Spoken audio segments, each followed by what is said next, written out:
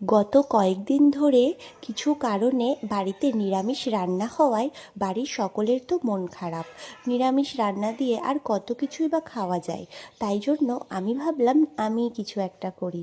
যেই ভাবা সেই কাজ। আমি সকলকে বললাম যে আমি না হয় তোমাদের জন্য পরোটা বানিয়ে দিই, আর তার সঙ্গে আমার শ্বশুরমশাইয়ের প্রিয় সুজির হালুয়া। সুজির হালুয়া খেতে উনি খুব পছন্দ করেন, কিন্তু উনি যেহেতু সুগারের রুগী তাই জন্য উনারটা কিন্তু আমাকে চিনি ছাড়া বা দিলেও একদম অল্প চিনি দিয়ে করে দিতে হয়।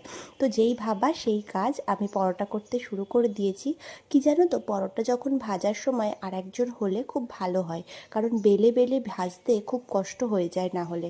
তো যাই হোক, আমি আস্তে আস্তে করে নিজে নিজেই পরোটাগুলোকে বেলে সুন্দর করে ভেজে নিচ্ছি। আমি কিন্তু এভাবেই পরোটা ভাজি, একদম হালকা তেল দিই আর কম তেলে সেকে সেকে পরোটাগুলোকে ভাজি। তোমরা কে কীরকম করে করো আমাকে কিন্তু কমেন্ট করে জানাবে। দেখো